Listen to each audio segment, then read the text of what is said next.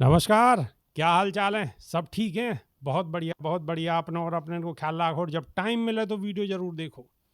हमारे साथ कुलदीप मलिक, सामाजिक कार्यकर्ता और एक बड़े शिक्षक मौजूद हैं। परिचय के मोहताज नहीं हैं आप। अधिकतर इन्हें सोशल मीडिया पे और गोदी मीडिया छोड़ के बाकी चैनल पे भी देखते रहो, पहचान लो।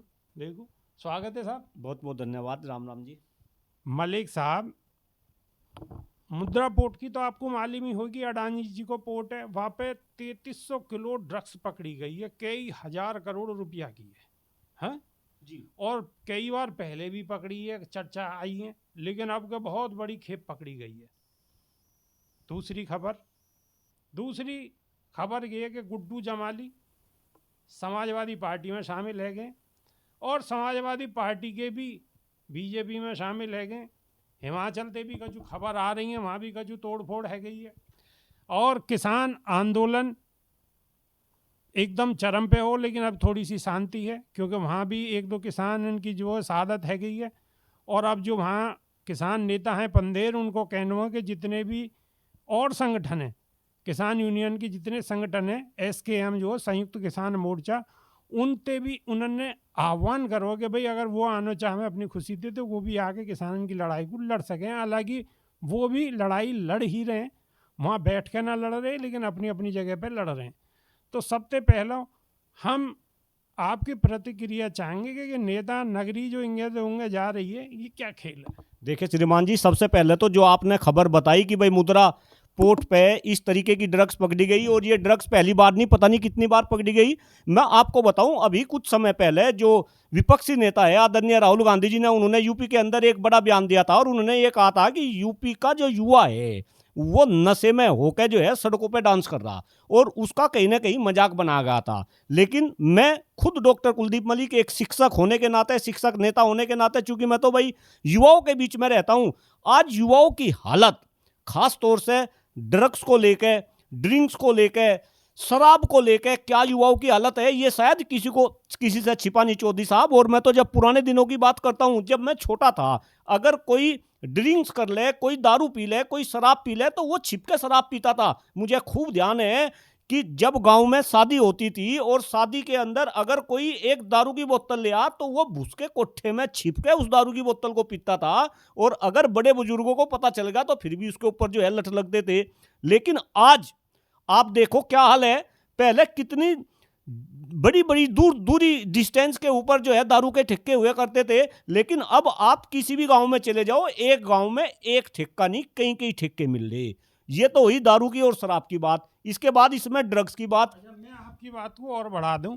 राहुल गांधी की या बात को जो उन्होंने की अपनी बात रखी उन्होंने, या बात को गोदी मीडिया ने अलग तरीका से प्रचारित करो। और जग जाहिर है, हर व्यक्ति जाने बहुत सी ऐसी बातें कि जो सामाजिक तौर पे एक सार्वजनिक मंच पे ना कही जा सके। ठेके पे अगर आप जाओगे तो, अगर दूध की दुकान पे जाओगे तो दूधिया खुद दूध देने को आवे घर में, दूध की दुकान पे आपको भीड़ नहीं मिलेगी। लेकिन आप मदिरा की दुकान पे जाओगे तो लाइन लगी हुई मिलेगी और वहाँ सब, यानी कि सब के सब खरीदते मिले हैं आजकल शहरन में। तो गामन की तो मैं बात ना कर रहा हूँ, लेकिन सब खरीद रहे हैं और खरीद का जेब में रखने को रहे, सब अपना सेवन ही करते होंगे। तो यह बात को तो हम यहीं विराम देंगे, तो सब मालूम है। लेकिन ड्रग्स तो बहुत घातक है, देश के नहीं भी, देश के युवान के नहीं भी, क्योंकि देश के युवा जब अगर या को पीएंगे या को इस्तेमाल करेंगे तो वो खोखले हो जाएंगे। और क्या देश को नहीं तो यही तो हो रहा आज। जिस तरीके से, एक बात बताओ, ड्रग्स कहीं ऊपर से तो टपक नहीं रही, ड्रग्स तो इधर उधर से आ रही, बाहर के देशों से सप्लाई हो रही। और इस ड्रग्स को सप्लाई करना, ये भी सबे पता कि भाई हिंदुस्तान के अंदर इलीगल ये काम है। लेकिन इसके बावजूद भी अगर ड्रग्स आ रही और वो भी मुद्रा पोर्ट से वे ड्रग्स पकड़ी जा रही, क्यों भाई, इसमें किसका हाथ है? और वे ड्रग्स किस तरीके से युवाओं को जो है खोखला कर दी। अरे आज देखो युवाओं का स्वास्थ्य देखो। मैं तो अलग अलग मंचों से कहता हूं कि जैसा स्वास्थ्य मेरे बाबा जी का था, ऐसा स्वास्थ्य मेरे पिताजी का नहीं रहा। जैसा स्वास्थ्य मेरे पिताजी का था, ऐसा स्वास्थ्य मेरा नहीं। जैसा स्वास्थ्य मेरा आगे आने वाली बच्चों का हमारा, ऐसा स्वास्थ्य नहीं। तो जिस देश में स्वास्थ्य को लेकर इतनी गंभीर समस्या और ऊपर से वहां पर ड्रग्स सप्लाई की जाती हो, और मैं चूंकि मैं शिक्षक हूं, मैं आपको बताऊं कि ये ड्रग्स का जाल ऊपर से लेकर नीचे तक, आप किसी भी प्राइवेट या सरकारी विद्यालय के हॉस्टल में चले जाओ, वहां तक जो है ड्रग्स पहुंचती है। और ये पूरा का पूरा एक चैनल है, सबका सिंडिकेट है ये पूरा। बिल्कुल बिल्कुल ये पूरा चैनल है। और मैं बताऊं, सरकार की मिली भगत के बगैर, डॉक्टर कुलदीप मलिक पूरी गंभीरता के साथ इस बात को कहना चाह रहा, सरकार और अधिकारियों की मिली भगत के बगैर ये सब कुछ चल ही नहीं सकता। लेकिन दिक्कत क्या हो रही, ना तो कोई ये बात उठाने वाला, ये तो भला हो आप लोग मेरे से ऐसे क्वेश्चन कर रहे हो और मैं इन क्वेश्चन का जवाब दे रहा, लेकिन जब अपने पर बीतती है, भगवान ना करे किसी का बच्चा ड्रग्स की लत में पड़ जाए, तो जो बच्चा ड्रग्स की लत में पड़ता है उस परिवार के ऊपर क्या बीतती है। और मैं तो ये जगह जगह कहता हूं कि ये ड्रग्स का तो एक सिंगल वे ट्रैफिक है, अगर इसमें एक बार घुस गया तो फिर बहुत कम लोग हैं जो इससे वापस निकल आते हैं, उसके जीवन का सत्यानाश हो जाता है। मलिक साहब, 3300 किलो ड्रग्स पकड़ी गई है, जो कई हजार करोड़न में या की कीमत है, कीमत पे हम नहीं जा रहे, लेकिन बहुत भारी मात्रा में पकड़ी गई है। अब ऐसा भी कई बार हुआ होगा कि एक आध बार छुप के निकल गई होगी। नहीं, ये तो एक बार नहीं, ये तो पता नहीं यार कितनी बार हो रहा है। ये तो पकड़ी गई तो आप और हम जिक्र कर रहे हो, ये भी मीडिया में जो, ये तो आप ही तो इसका जिक्र कर रहे हैं। आप नेशनल टीवी चैनल की बात करो, आप देखो ये खबर कहां चलाई जा रही। तो ये तो लोगों को सोचना चाहिए कि आखिर इस देश को बनाया क्या जा रहा।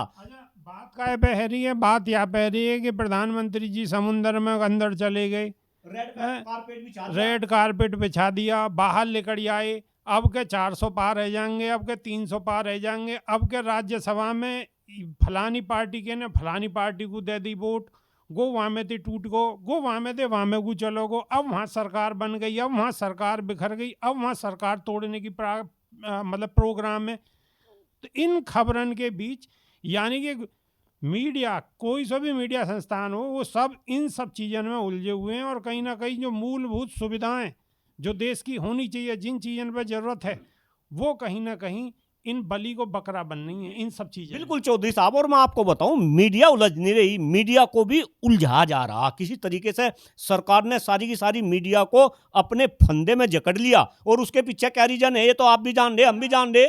जहां तक युवाओं की बात है, भाई एक बात बताओ, युवाओं की बात क्यों नहीं होती? अभी आप देखो यूपी के अंदर, यूपी की जो सिपाही की भर्ती है, अरे 60,000 भर्ती के लिए 60,000 भर्ती के लिए 50 लाख युवाओं ने आवेदन किए, और उनमें जो बच्चे एमबीए थे, जो बच्चे बीटेक थे, उन्होंने आवेदन किए। तो युवाओं की बेरोजगारी का कितना बड़ा मुद्दा, युवाओं के स्वास्थ्य का कितना बड़ा मुद्दा, युवाओं की जो शिक्षा व्यवस्था है, शिक्षा व्यवस्था का कितना बड़ा मुद्दा कि गरीब का बच्चा पढ़ नहीं सकता। लेकिन मीडिया के अंदर ये नदारत। और मैं तो कह रहा, अभी तो 2 महीने बाद जो है लोकसभा के चुनाव आने वाले हैं, आप मुझे किसी भी राजनीतिक दल के, मैं तो सबको चैलेंज कर रहा, किसी भी राजनीतिक दल के किसी भी नेता को बता दो कि जो इन युवाओं की बात करता हो, जो इस देश में शिक्षा की बात करता हो, इस देश में सांस लेने के लिए हवा नहीं बची, पीने के लिए पानी नहीं बचा, खाने के लिए शुद्ध खाद्यान्न नहीं बचा, हमारी शिक्षा व्यवस्था अच्छी नहीं बची, इन मुद्दों की कौन बात कर रहा? एक बात बताऊं, राहुल गांधी तो पिछले 1-1.5 साल से भारत जोड़ो न्याय यात्रा के माध्यम से इन सब मुद्दों पे लगातार सवाल उठा रहे। नहीं, बिल्कुल बिल्कुल आपकी बात सही है। और मैं तो अभी 3 दिन पहले राहुल गांधी जी का अलीगढ़ के अंदर जो है लाइव भाषण सुना, और मेरा तो दिल गदगद हुआ। जब वो एजुकेशन की बात कर रहे थे, जब वो युवाओं की बात कर रहे थे, तो मुझे तो ऐसा लगा कि भाई देश की राजनीति में चलो देर आए दुरुस्त आए, कोई तो ऐसा हुआ जो असली मुद्दों की बात करने लगे। लेकिन मैं देश की जनता से ये निवेदन करता हूं कि आपको जागरूक होना पड़ेगा। कोई भी किसी भी राजनीतिक दल की बात करो, ये सारे के सारे राजनीतिक दल लगभग एक जैसे हैं। कृपा करके मेरी बात पे ध्यान दे, लगभग एक जैसे हैं, सब अपने स्वार्थ को साधने में लग रहे। अभी आप राज्यसभा के चुनाव की बात कर रहे थे, एक बात बताओ भाई, क्रॉस वोटिंग होगी जो है सपा के साथ क्या 7 विधायकों ने क्रॉस वोटिंग करी, एक विधायिका जो है आई नहीं, यानी कि 8 विधायक कहीं ना कहीं भाजपा के खेमे में चले गए। आप हिमाचल प्रदेश की बात करो, वहां पे जो है 3 निर्दलीय और 6 विधायक वे जो है भाजपा के उसमें चले गए। कर्नाटक में देखो, कर्नाटक में भाजपा का एक विधायक जो है कांग्रेस की तरफ आ गया। तो मैं जनता को यह बताना चाह रहा कि जो जनप्रतिनिधि आप बनाते हैं, वे केवल और केवल अपने स्वार्थ के लिए इधर से उधर भागते हैं। और इनके पीछे मैं आपको बताऊं चौधरी साहब, एक जबरदस्त डील होती है जो जनता को पता नहीं चलता। अगर कोई विधायक क्रॉस वोटिंग कर रहा, तो आप जरा पता निकाल के देखो कि एक एक विधायक पे कितना पैसा जो है पहुंचता है, किस तरीके से उनको जो है सत्ता का लालच दिया जाता है। तो ये जो पैसा है, ये पैसा आपकी जेब से, हमारी जेब से, आम जनता की जेब से ये सरकार लूटती है और फिर इन विधायकों की खरीद फरोख्त करती है। तो जिस दिन जनता को ये बात समझ आ जाएगी, देश की दशा और दिशा चेंज हो जाएगी। दशा और दिशा चेंज हो जाएगी। लेकिन मलिक साहब एक बात तो जरूर है कि इतने विधायक पढ़े लिखे, खेले हुए, सब चीज़ में बिल्कुल निपुण हुआ के बावजूद भी अगर ये छोड़ के जाएं तो कहीं ना कहीं दो ही वजह है सकें, या तो कुछ प्राप्ति है रही है बहुत बढ़िया, या कहीं कोई तलवार अटकी हुई है कि जो बिल्कुल चक्की पीसिंग एंड पीसिंग, या तो ये मतलब है सके, या ये मतलब है सके कि बहुत अच्छी कोई जो है खुशखबरी आगे मिल जा कि मंत्री बना दिए जाएं और कोई टिकट विकट मिल जाए, एमपी को टिकट मिल जा। कहीं ना कहीं लोभ लालच में ही तो आते होंगे। नहीं, बिल्कुल भाई जिन्होंने जहाँ वोट दी, जिस पार्टी की तरफ से लड़े, वहाँ से धोखा दे के दूसरी जगह कूद के बैठ गए, ठीक है।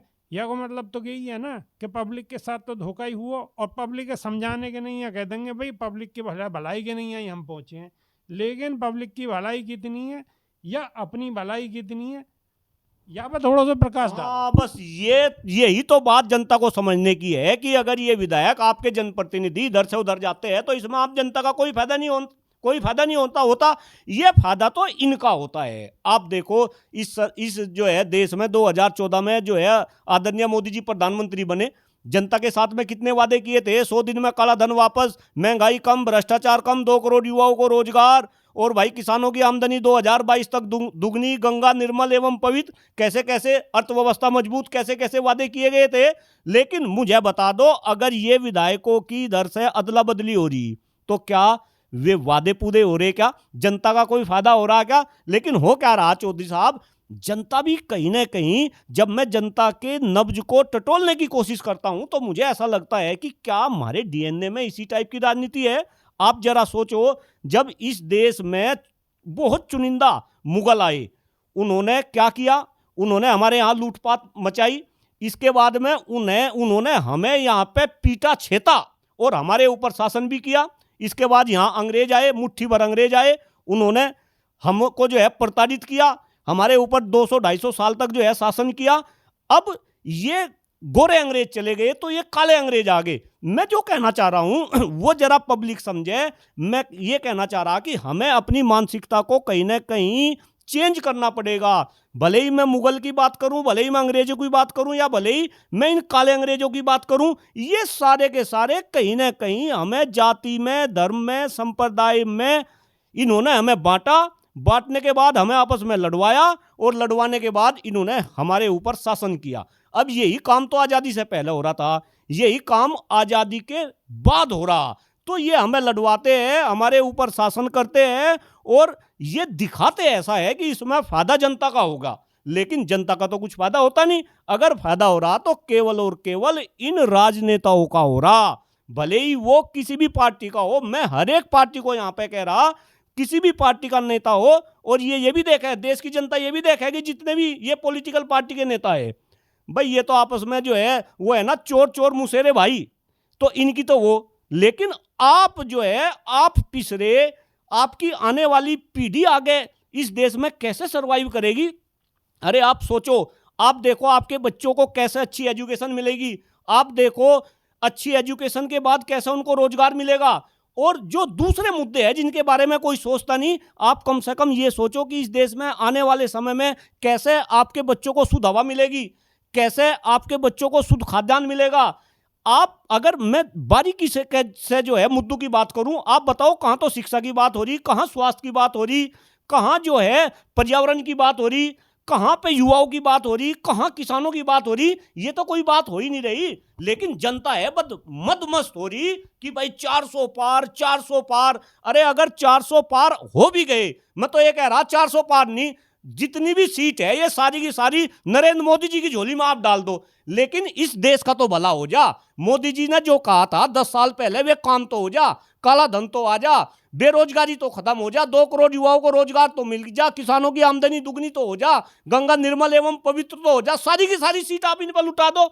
लेकिन ऐसा हो नहीं सकेगा। चाहे आप 400 पार नहीं है, 500 पार भी कर देंगे, ये अपना ही भला करेंगे, ये जनता का भला करने वाले नहीं है। ये जनता का भला करने वाले नहीं हैं, अपना ही भला करेंगे। मलिक साहब बड़ी बेबाकी से जवाब दे रहे हैं।